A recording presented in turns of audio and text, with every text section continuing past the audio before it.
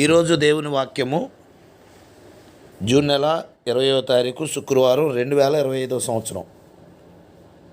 నీ పగవాడు ఆకలి గొని ఎడల వానికి భోజనం పెట్టుము, దప్పిగొని ఎడల వానికి దాహం నిమ్ము. సామెతల గ్రంథం 25 అధ్యాయం 21 వచనం. ఆనాడు ధర్మశాస్త్ర కాలం కానీ ఈనాడు క్రైస్తవ్యం కానీ ఒకే విషయాన్ని బోధిస్తుంది.